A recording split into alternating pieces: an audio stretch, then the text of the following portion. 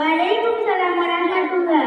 জ্ঞানী বন্ধু ইলিয়াস বাণী বক্তব্যের পক্ষ থেকে সকলের শ্রদ্ধা ও বড়দের ভালোবাসা ও ছোটদের স্নেহ নিয়ে আমাদের মোকাবেলাটি আরম্ভ করেছি। আমাদের মোকাবেলার মূল বিষয় হল আধুনিক যুগের পর্দা। আসসালামু আলাইকুম ওয়া রাহমাতুল্লাহ। বোন তুমি কেমন আছো? ওয়ালাইকুম সালাম ওয়া রাহমাতুল্লাহ। বোন আমি ভালো আছি। বোন তুমি এত পর্দা করে কোথায় যাইতেছো? বোন আমি শুনেছি ইলিয়াস সবাই মক্তবে জলসা আছে, তাই আমি গুজুগুজু করার জন্য যাচ্ছি।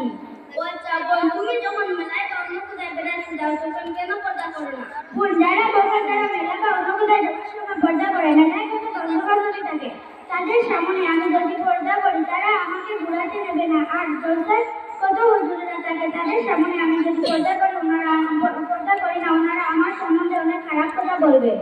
বোন তুমি এই কি বলছো? এই কাজটা তোমার জন্য একদম ঠিক নয়, এটা কোনো মুসলমানদের জন্য ঠিক নয়, এটা মহাবিপদ।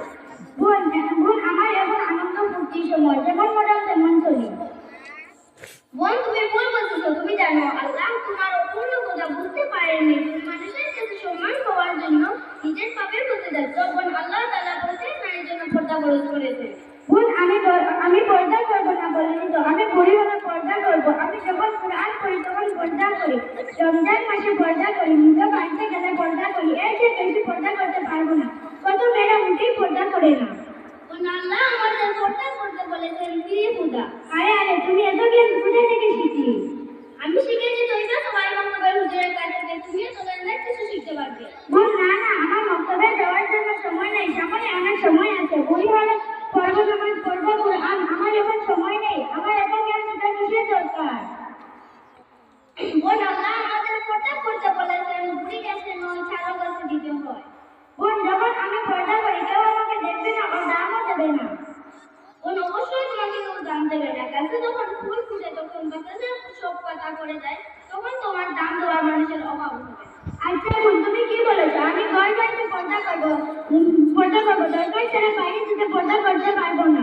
এটা খুব কঠিন কাজ, পারলে তুমি আমাকে ক্ষমা করো তো। আচ্ছা এখন আমি তোমাকে দোকানে নিয়ে গেলাম, দোকানে সিলারা করে আছে আর গঙ্গা সিলারা রজন রাখতে। কেন বাইরের ভেতরে লেজেসটা কিনবো? ভেতরে লেজেসটা ভালো এবং পরিষ্কার, সিলার লেজেসটা নোংরা আবর্জনা মশিত থাকে। বোন তুমি এখন বুঝতে পারলে তোমার পর্দার ফল সৌন্দর্য, নিরাপত্তা এবং সম্মান। বোন এখনো কারো মা বোনেরা এটা জানে না। বোন সবাই জানে, জেনেও পর্দা করে না। পর্দা না করলে খারাপ কাজ করলে প্রথমে তোমার বাবা জাহান্নামে যাবে, দ্বিতীয় তোমার মা এবং বড় ভাই জাহান্নামে যাবে, তোমার পরিবারের সবাই যাবে, তুমি পরিবারের কাউকে ভালোবাসো না। বোন না আমি আমার পরিবারের সবাইকে এত ভালোবাসি, এসব সহ্য করতে পারবো না। আমাদের বাবা আমাদের জন্য কত পরিশ্রম করে, আমি মেলায় যাবো না আর বেপরদায় চলবো না। বোন তুমি নিজের ভুল বুঝতে পারলে তোমাকে আল্লাহ কবুল করুক। আসসালামু আলাইকুম। ওয়ালাইকুম সালাম।